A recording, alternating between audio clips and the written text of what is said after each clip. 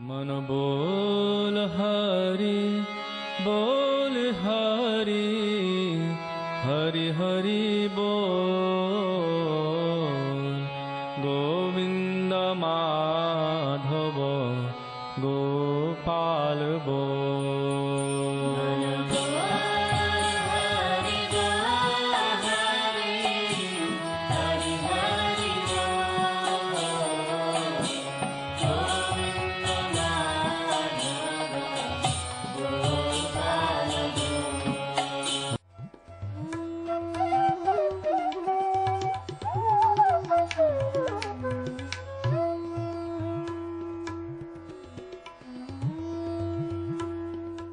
ओम विष्णुपाद अष्टोत्तर शत श्री श्रीमद् भक्ति वेदांत नारायण गोस्वामी महाराज जी का शुभ आविर्भाव सन 1921 में बिहार के बक्सर जिले में मौनी अमावस्या के दिन अर्धरात्रि में हुआ था। प्रारंभ से ही इनकी धर्म में रुचि थी। बचपन में ही उन्होंने गीता, रामायण आदि का अध्ययन किया था। संसार से अत्यंत तीव्र वैराग्य होने के कारण 25 वर्ष की आयु में ही वे गृहस्थ जीवन त्याग कर मठ में निवास करने लगे। सन 1946 में उन्होंने नित्य लीला प्रविष्ट ओम विष्णुपाद श्री श्रीमद् भक्ति प्रज्ञान केशव गोस्वामी महाराज जी से विधिवत दीक्षा प्राप्त की तथा सन 1954 में संन्यास ग्रहण किया। मथुरा में निवास करते हुए अपने गुरु की आज्ञा तथा कृपा से अनेक ग्रंथों का हिंदी भाषा में अनुवाद किया है। इनके प्रमुख ग्रंथ हैं श्रीमद् भगवद गीता, गीत गोविंद, जैव धर्म, वेणु गीत, भजन रहस्य, ब्रजमंडल परिक्रमा, श्री श्री वृहद भागवतामृतम।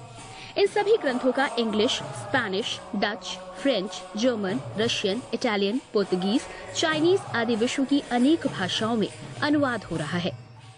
लगभग पिछले 60 वर्षों से श्रील भक्ति वेदांत नारायण गोस्वामी जी महाराज ने भारत एवं विश्व के सभी प्रमुख देशों में शुद्ध भक्ति का प्रचार किया, अर्थात भक्ति योग की शिक्षा प्रदान की।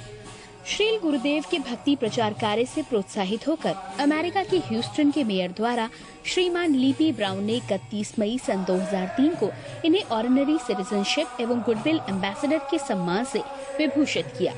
सन 2003 में ध्वजाचार्य पीठ तथा विश्व धर्म संसद ने श्रील गुरुदेव को कृष्ण भक्ति, विश्व भर में सनातन धर्म के प्रचार प्रसार तथा ब्रजमंडल के संरक्षण एवं पुनरुद्धार हेतु अनेक अथक प्रयासों के लिए योगाचार्य की उपाधि से सम्मानित किया।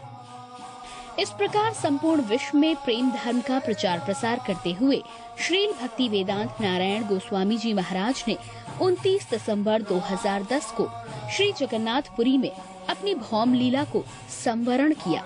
वे अपनी दिव्य शिक्षाओं में और अपने निष्कपट आश्रित जनों के हृदय में सर्वदा विराजमान हैं।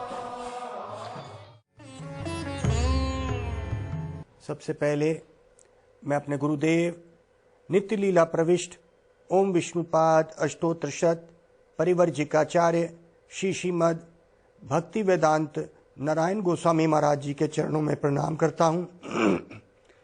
नित्य लीला प्रविष्ट ओम विष्णुपाद अष्टोत्तर शत परिवर्जिकाचार्य श्री श्रीमद् भक्ति वेदांत स्वामी श्रील प्रभुपाद के चरणों में प्रणाम करता हूँ। अपने परम गुरुदेव नित्य लीला प्रविष्ट ओम विष्णुपाद अष्टोत्तर शत परिवर्जिकाचार्य श्री श्रीमद् भक्ति प्रज्ञान केशव गोस्वामी महाराज जी के चरणों में प्रणाम करता हूँ। आप सब भक्तों का, श्रोताओं का, दर्शकों का इस कार्यक्रम में स्वागत है। जैसा कि हम पिछले कुछ सप्ताह से दामोदर अष्टकम ले रहे हैं, आज हम उसका 6ठा श्लोक लेंगे जो कि सत्यव्रत मुनि की प्रार्थना है। और उस प्रार्थना में वो क्या कह रहे हैं, ये पूरी एक लीला है जिसमें उस त्रिलोकीनाथ को अपने प्रेम से मैया यशोदा रस्सी से बांध देती है और वही कृष्ण अपनी लीला के अनुसार उनका नाम पड़ जाता है दामोदर।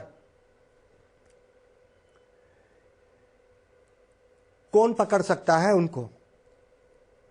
कोई नहीं। योगी मुनि अपनी बड़ी बड़ी तपस्याओं से, त्याग से, अपनी मन की गति से चलते हुए भी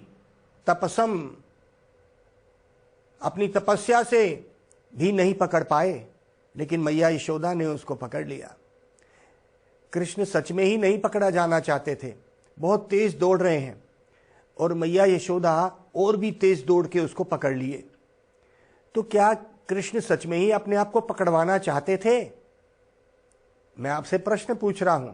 कृष्ण जोर से दौड़ रहे हैं, मैया पीछे दौड़ रही है और मैया और तेज, ततो द्रुत गोप्या, और भी जोर से जोड़ के मैया ने पकड़ लिया। कृष्ण ने पूरा जोर लगा लिया अपना। क्या ऐसा हो सकता है कि कृष्ण ना चाहे तो क्या मैया पकड़ सकती थी? कहते हाँ, कृष्ण नहीं चाहते थे पकड़ना, अपने आप को पकड़वाना, लेकिन कृष्ण की एक लीला शक्ति होती है जो कृष्ण को मां का पूर्ण आस्वादन करवाने के लिए उनको उस लीला में डबो देती है। जैसे कृष्ण की सर्वज्ञता कि वो सब जगह विराजमान है, सर्वशक्तिमान है, ये उनकी सर्वज्ञता है। और एक है मुग्धता, जो इन लीलाओं में उनको भुला देती है कि वो भगवान है। उसका आस्वादन, मां के प्रेम का आस्वादन भगवान लेने के लिए उसमें डूब जाते हैं और भूल जाते हैं। तो यहाँ पे हमारे सत्यव्रत मुनि कहते हैं, नमो देव दामोदरानंत विष्णु प्रसीद प्रभो दुःख जालधिमग्नं कृपा दृष्टि वृष्ट्यातिदीनां बतानु ग्रहणे क्षमामज्ञाध्यक्ष दृश्य। कृपा दृष्टि वृष्ट्याति। नमो देव दामोदर, मैं नमन करता हूं, नमस्कार करता हूं। नमो देव, हे दामोदर, हे विष्णु। कृष्ण क्या कीर्तन कर रहे हैं, इतने नाम भगवान के ले रहे हैं। हे देव, हे दामोदर, लीला के हिसाब से वही कृष्ण दामोदर बन गए, जैसे मैंने अभी बखान किया। और वही विष्णु हो तुम। ये विष्णु और दामोदर में क्या अंतर है, आज इस पे थोड़ी चर्चा हम करते हैं। इसमें उन्होंने कहा, हमारे शास्त्र कहते हैं कि कृष्ण की जो लीला हुई, जो दाम बंधन जिसमें रस्सी से बांध दिया यशोदा मैया ने, उनका नाम पड़ गया दामोदर।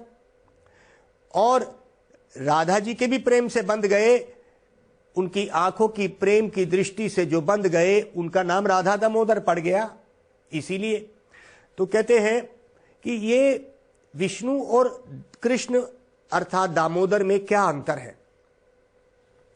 तत्व से दोनों ही भगवान हैं, टेक्निकल, लेकिन रस दृष्टि से, मेलो, जो स्वीटनेस है, स्वाद है, उससे दामोदर या कृष्ण की लीलाएं ज्यादा हैं, विष्णु में लीलाएं कम हैं।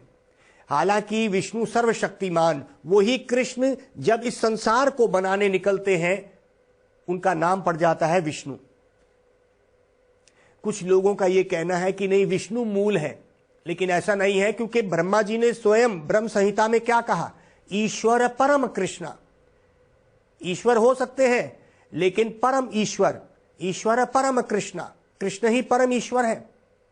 सत चिद आनंद विग्रह अनादिर अदिर गोविंदा, वो अनादि है, उनका कोई कारण नहीं है। आदिर गोविंदा, लेकिन वो सबके कारण है। आदि गोविंदा, सर्व करना करनाम, सब कारणों के कारण कृष्ण ही है। ब्रह्मा जी बोल रहे हैं। जैसे एक व्यक्ति अपने घर में बैठता है, उसकी पत्नी, उसका परिवार, और वो बड़े आराम से शांति से रहता है, कैसे भी कपड़े डाल लेता है, घर पे है वो। और जब वो व्यक्ति अपने बड़ी एक कंपनी में, फैक्ट्री में जो मालिक है, वो अगर वो जाता है तो वहां पे बड़ा सूट बूट डाल के जाता है, हजारों लोग उसके नीचे काम कर रहे होते हैं, तब वो बड़ा शक्तिशाली दिखता है। लेकिन जब वो अपने ही घर में रहता है तो वो अपने नाइट सूट में भी बैठा रहता है। उसका रस वहां पे ज्यादा होता है जब वो परिवार के साथ उसका आस्वादन कर रहा होता है। और वही व्यक्ति जब बाहर अपने सूट और बूट डाल के अपनी बड़ी गाड़ी में अपने चौकीदार के साथ, अपने गार्ड के साथ चलता है, उसको वो एक कार्य के लिए गया है। वही विष्णु बन जाते हैं, वही कृष्ण जब गोलोक में मैया की रस्सी से बंधते हैं, वो कृष्ण है, और जब वो इस संसार को बनाने निकलते हैं, वो विष्णु बन जाते हैं। विष्णु 3 प्रकार के होते हैं। तो कहते हैं, आइए हम देखें जरा भागवत में क्या है वर्णन, कि कृष्ण का पहला विस्तार बलराम जी होते हैं। बलराम जी भी गोलोक में कृष्ण के साथ लीलाएं करते हैं उनके बड़े भैया के रूप में। बलराम जी का विस्तार होता है मूल संकर्षण, और मूल संकर्षण का विस्तार होता है, यहां पे बोलते हैं महासंकर्षण। मूल संकर्षण से आते हैं 4 विस्तार, उसमें ना जाते हुए हम सीधा बोलते हैं महासंकर्षण से आगे विस्तार होता है नारायण का। नारायण से 3 विस्तार विष्णु के आते हैं, जिसको कहते हैं करंदक्षाई विष्णु, गर्भोदक्षाई विष्णु, क्षीरदक्षाई विष्णु। क्या मतलब है इसको समझेंगे। करंदक्षाई विष्णु कारण सागर में लेटे हुए हैं और उनके रोम रोम से ब्रह्मांड के ब्रह्मांड निकल रहे हैं, यह है करंदक्षाई विष्णु। उसी करंदक्षाई विष्णु का विस्तार होता है गर्भोदक्षाई विष्णु। ये गर्भोदक्षाई विष्णु क्या है, जो ब्रह्मांड के ब्रह्मांड निकल रहे हैं उसमें वो गर्भोदक्षाई विष्णु प्रवेश करके एक ब्रह्मांड को दूसरे ब्रह्मांड से अलग कर देते हैं। ये ब्रह्मांड क्या है, ये ब्रह्मांड है ऐसे हजारों पृथ्वियों को जब मिला देते हैं, सारे ग्रहों को मिला देते हैं, ऐसे कई सूरज चांद को मिलाते हैं तो एक ब्रह्मांड बन जाता है। तो ऐसे हजारों हजारों ब्रह्मांड निकल रहे हैं महाविष्णु से। करंदक्षाई विष्णु जिनको बोलते हैं उनको महाविष्णु भी बोला जाता है। महाविष्णु का विस्तार गर्भोदक्षाई विष्णु, उसके बाद विस्तार क्षीरदक्षाई विष्णु जिसको परमात्मा बोलते हैं, जो हर जीव के हृदय में भी बैठा है, कण कण में भी बैठा है। तो वही कृष्ण विष्णु इस तरह से विस्तार करते हैं संसार का। तो यहां पे उन्होंने तीनों नाम ले लिए कि हे प्रभु तू सबसे शक्तिशाली है, तू लीलाधारी भी है। तो कहते हैं हे देव, हे दामोदर, हे लीलाधारी, हे विष्णु, अर्थात सबसे शक्तिमान तू ही तो है, तेरा ही तो नाम विष्णु पड़ गया। रोम रोम से ऐसे कई ब्रह्मांड निकल रहे हैं तेरे में से, क्या तेरी लीला है। कहते प्रसीदो प्रभो, प्रसीदो प्रभो मतलब हे प्रभु तू आनंदित हो, तू प्रसन्न हो। प्रसीदो प्रभो दुख जाल अब्धि मग्नम, मैं इस संसार के दुख जाल में फंस गया हूं। अब यहां प्रश्न आता है कि हम इस संसार के दुख में फंसे कैसे, यहां पे दुख क्या है पहले तो ये समझे। इस संसार का दुख है जन्म, मृत्यु, बुढ़ापा और बीमारी, ये दुख है। इस संसार का ये असली दुख है। हम इस दुख को भूल के नकली दुखों में रहते हैं। खैर अभी उसमें ना जाते हुए ये दुख के बारे में कि दुख जाल अवधि, मैं दुख के संसार में अब फंस गया हूं। कैसे आए, हमारे संतों का कहना है कि आम व्यक्ति ये समझे, अभी ये समझेगा एक आम व्यक्ति कि हम इस दुख में कैसे फंसे। हम भगवान के धाम में भगवान के साथ थे, हमारे अंदर भोग की वासना आई, काम वासना आई और हम यहां पे गिर गए, इस संसार में आ गए। हमें आना पड़ा अपनी ही गलती से, हमारे अंदर भोग काम वासनाएं आई तो भगवान ने कहा जाओ, मैंने तुम्हारे लिए ये पृथ्वी लोक बनाया जिसमें तुम भोग वासना पूरी कर सकते हो, क्योंकि उस संसार में भोग वासना नहीं है, प्रेम ही प्रेम है। तो कहते हैं हम अपने ही काम वासना से जब हमारे अंदर प्रवेश करी, हम इस संसार के मोह जाल में फंस गए, भोग में फंस गए और इस संसार में आ गए। हे प्रभु अब मैं इस दुख जाल में अपने ही गलती से फंस गया। ये क्या है दुख, हमारे हृदय की काम वासना ही ये दुख बन जाती है। हम इस संसार को भोगना चाहते हैं, हमारी स्थिति भोग की तो है नहीं। ये काम वासना जो हमारे हृदय में संसार को भोगने की है, ये है क्या। ये हमारे एक कथा आती है जिसको पहले कभी हमने कहा होगा, जिसमें हमारे संतों ने कहा कि एक बार अकबर ने अपने वजीर, अपने ही वजीर को पूछा, बीरबल को, कि हे बीरबल तुम बताओ कि ये एक व्यक्ति के अंदर जो काम वासना है कब छूटती है। तो बीरबल ने अकबर को कहा कि मैं कुछ दिन बाद आपको इसका उत्तर दूंगा। बीरबल बहुत ही बुद्धिमान व्यक्ति था और अकबर उसको हमेशा साथ रखता था। कुछ दिन बाद बीरबल ने कहा, आओ अकबर शहंशाह, आपका एक बड़ा पुराना सेनापति वो मृत्यु के शज्जा पे पड़ा है, वो मरने वाला है, आप उसको चल के देखो। उसने आपकी बहुत सेवा करी है, कई ऐसे शहरों को फतेह करके आपके राज्य को बढ़ाया है। जब अकबर चलने लगा तो बीरबल ने कहा, अपनी सबसे छोटी लड़की को साथ लेके चलो। जब अकबर और बीरबल उस सेनापति को मिलने गए, सेनापति मृत्यु की शज्या पे पड़ा था, बिल्कुल ही मृत्यु कभी आ सकती है। तो बीरबल ने कहा कि अरे सेनापति सुनो, तुम्हारे क्या भाग्य है कि आज इतना बड़ा शहंशाह तुम्हें मिलने आया है। अकबर उसने आंख नहीं खोली, लेकिन जैसे ही बीरबल ने कहा कि उसकी छोटी लड़की भी उसके साथ आई है, उस सेनापति की आंख खुल गई और वो देखने लगा। तो बीरबल ने अकबर की तरफ मुस्कुरा के इशारा किया। अकबर समझ गया कि एक मृत्यु की शैया पे भी पड़ा हुआ व्यक्ति, उसके अंदर वो काम है जो अकबर की छोटी लड़की को देखने के लिए उसने आंखें खोल ली। अर्थात ये काम जो है हृदय से जाता नहीं है। आवृतम ज्ञानमतम ज्ञानिनो नित्य वैरिणी। आवृतम मतलब आवृत हो गया एक आत्मा का ज्ञान, इस संसार की काम वासना में कवर हो गया, ढक लिया गया।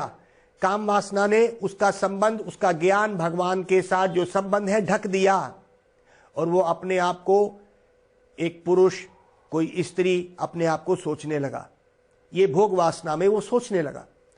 तो अगर एक व्यक्ति जो मृत्यु के शैया पे पड़ा है, उसके अंदर भी काम है, बीरबल ये बताना चाहता था कि ये काम व्यक्ति को आखिरी तक नहीं छोड़ता।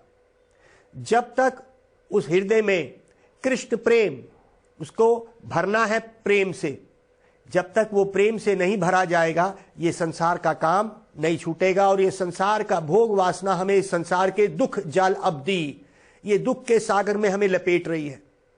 ये दुख का सागर है, हम इससे नहीं निकल सकते। तो यहां पे सत्यव्रत मुनि प्रार्थना कर रहे हैं, देव, हे दामोदर, हे विष्णु। अभी हमने चर्चा करी दामोदर और विष्णु के बीच में। तत्व से कोई अंतर नहीं है, दोनों भगवान का ही नाम है। वही कृष्ण संसार को बनाने निकले, विष्णु पड़ गया। शंख चक्र गदा पद्म चार हाथ के ये विष्णु हो गए। विष्णु में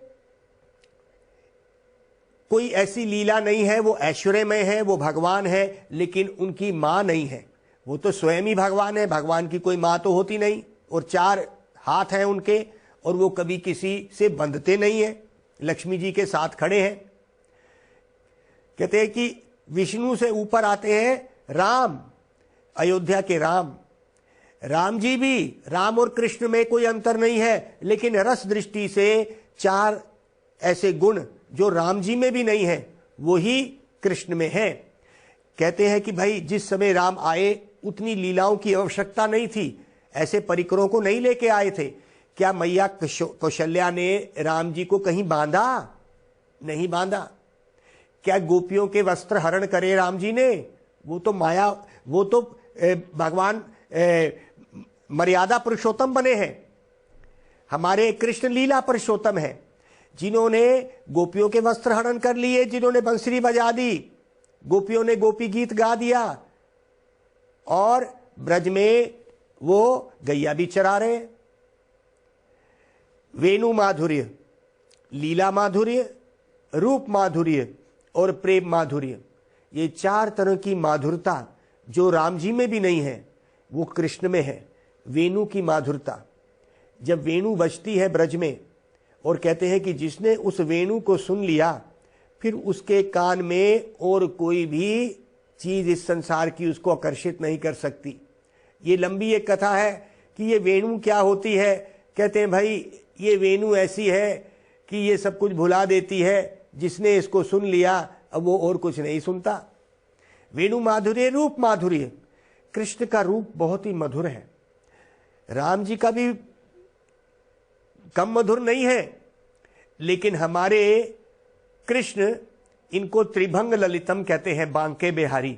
बांका मतलब टेढ़ा, बिहार मतलब ऐसी लीलाएं करता है जो कभी नहीं करी। राम जी और कृष्ण में कोई अंतर ना होते हुए भी राम जी ने वो लीलाओं को व्यक्त नहीं किया। उस वक्त जब वही राम अपने हाथ में बंसुरी पकड़ लेते हैं, या दूसरी तरह से कहे जब वो बंसुरी नहीं लेते और मोर पंखी धारण नहीं करते, वो राम बन जाते हैं। तो ये मोर की पंखी और बंसरी की बात ही कुछ और है। जब लीलाओं का और विस्तार होता है तो वो कृष्ण बन गए। उसके बाद है रूप माधुरी, के बाद है लीला माधुरी। कृष्ण की अनंत लीलाएं हैं, ऐसी ऐसी लीलाएं हैं कृष्ण की कि कृष्ण रोते हैं, मैया से बंध जाते हैं, उन कुंजों में प्रेम की विहार करते हैं। इनको कुंज बिहारी भी बोला जाता है। कहाँ 16,108 रानियों को, पट रानियों को लेके द्वारका में रहते हैं, और कहाँ 360 करोड़ गोपियों के साथ विहार करते हैं एक ही समय में। ये है कृष्ण की लीला माधुर्य। और उसके बाद आता है प्रेम माधुर्य। प्रेम की माधुरता का जो विस्तार है, जो कहां तक पहुंचता है कृष्ण की लीला में।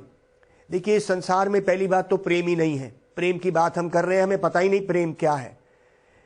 हम इस संसार के प्रेम को समझ रहे हैं जो काम है। इस संसार में सिर्फ बनियागिरी है, तुम मेरे लिए करोगे तो मैं तुम्हारे लिए करूंगा। यह संसार का प्रेम है, इसमें प्रेम तो है ही नहीं। प्रेम की क्या परिभाषा है इसको बाद में समझेंगे। पहले कहते हैं कि प्रेम के बाद ऊंची होती है स्थिति स्नेह, स्नेह के बाद मान, मान के बाद प्रणय, प्रणय के बाद राग, राग के बाद अनुराग, अनुराग के बाद भाव, महाभाव। और जो राधा जी में है, उन गोपियों में है, जो सिर्फ राधा जी में रहेगा, वो है मदनाख्य महाभाव। मोदन, मादन, जल्प, चित्र जल्प, इस तरह करके मोहन की 10 दिशाएं। ये प्रेम की वो परिकाष्ठा, जो विस्तार है, जो कृष्ण लीला में हुआ है, वो कहीं नहीं है। हमारी आत्मा उस प्रेम को चाहती है। इस संसार में ना प्रेम होते हुए हम इस संसार में दुखी रहते हैं। हम इस संसार में सुखी रह ही नहीं सकते। हर आत्मा को प्रेम चाहिए, उसको आदान प्रदान चाहिए। हमने उसको इस संसार में देख लिया, कितनों को दे दिया, लेकिन कहीं भी संतुष्टि हो ना पाई। और यहां तक कि शरीर को कितना प्रेम करते हैं हम, और ये शरीर भी हमें धोखा दे के चले जाता है। तो कहते हैं, हे प्रभु, मैं उस संसार के दुख जाल अवधि में बंधा हुआ हूं।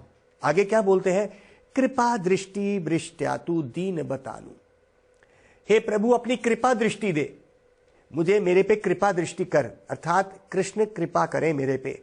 सत्यव्रत मुनि एक संत है, वो इस बात को जानते हैं कि कृष्ण की कृपा कैसे पड़ती है, तो वो उन्होंने संतों की कृपा से उस स्तर पे पहुंचे हैं। तो कृष्ण भी क्या कहते हैं कि मेरी कृपा अगर कोई चाहता है तो कैसे मिलती है। ये में भक्त जना पार्था मद ये में भक्त जना पार्था न में भक्ताश्च ते जना मद भक्ता नाम च ये भक्तास ते में भक्तात्मो मता। क्या मतलब हुआ? कृपा दृष्टि, हमारे ऊपर कृपा कैसे पड़ेगी? एक व्यक्ति, आम व्यक्ति क्या प्रार्थना करता है? भगवान की कृपा हो जाए, क्या मेरे पास करोड़ों करोड़ों रुपया आ जाए, मेरा परिवार सुखी हो, मेरी वाह हो। वो यही सोचता है कि ये उसकी लिए कृपा है। लेकिन क्या ये असली कृपा है? ये कृपा असली है क्या? ये कृपा है क्या? हमारे गोविंद दास जी क्या कहते हैं, ए धन यौवन पुत्र परिधन एथे की आची पर तीरे कमल दल जल जीवन टलमल भजो हरिपद नीति रे। गोविंद दास जी प्रार्थना कर रहे हैं, कहते हैं भाई जिस धन की तुम प्रार्थना करते हो भगवान से, ए धन यौवन, जिस जवानी और भोग इंद्रिय तृप्ति की प्रार्थना कर रहे हो, ए धन यौवन पुत्र परिधन, पुत्र परिवार की जो तुम प्रार्थना करते हो, एथे की आछी पर तीरे, ये सब यहीं रह जाएंगे भाई, कोई साथ नहीं जाता। एथे की आछी पर तीरे कमल दल जल जीवन टलमल। ये संसार कैसे टलमल होके निकल जाएगा, जीवन कैसे टलमल होके निकल जाएगा? कैसे? जैसे कमल होता है ना, कमल के पत्ते के ऊपर कभी पानी पड़ जाए, उसके पत्ते के ऊपर पानी पड़ता है, हवा के जरा से झोंके से वो पानी का जो बूंद है फिर वापस फिसल के वापस पानी में मिल जाती है। कहते हैं ये है जीवन, कभी भी हाथ से फिसल जाएगा, पता नहीं चलेगा भाई। तो कहते हैं कमल जल जल दल जल जीवन टलमल, जीवन ऐसे निकल जाएगा जैसे कमल के पत्ते के ऊपर पानी की बूंद पड़ी और कभी फिसल गई पता नहीं चला, ऐसे ही जीवन निकल जाएगा, ये सब यहीं रह जाएगा। भाई तो किस प्रकार की कृपा मांग रहे हो तुम? ये सब अस्थाई चीजें हैं, ये कृपा मत मांगो। कृपा है हे प्रभु तेरी दृष्टि मेरे पे पड़े और ये संसार किसी तरह से इसका दुख मेरे पे मत आए, और मैं तेरे धाम जो सुख का धाम है, जहाँ पे ऐसा कोई भी दुख नहीं है, मैं तेरे धाम में तेरी सेवा में लग जाऊं, ये कृपा है। इस कृपा को कैसे पाया?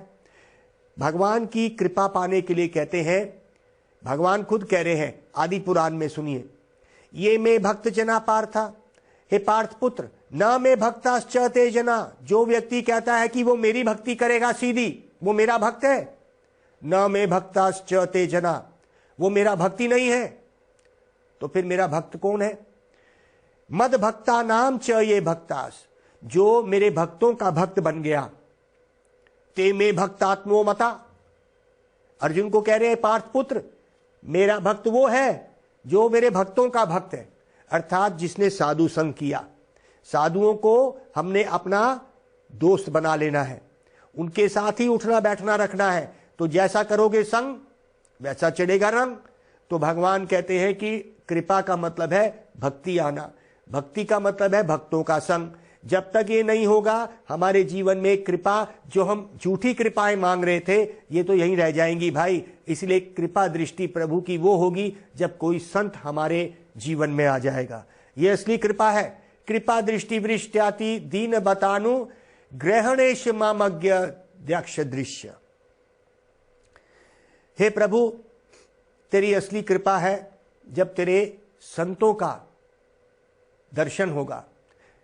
दुर्लभम मनुष्य जन्म देहिनाम क्षण भंगुरा, तत्रापि दुर्लभम मान्ये वैकुंठ प्रिय दर्शनम।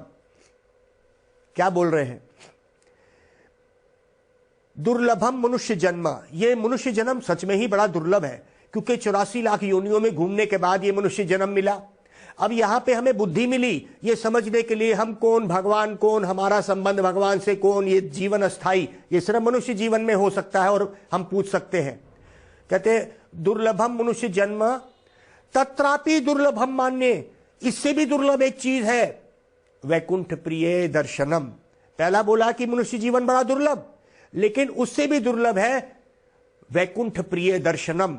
वैकुंठ के जो प्यारे हैं, अर्थात जो भगवान के भक्त हैं, उनका दर्शन तो मनुष्य जीवन से भी ज्यादा दुर्लभ है। ऐसे कितने करोड़ों मनुष्य चल रहे हैं संसार में, लेकिन संतों का संग किसको मिला?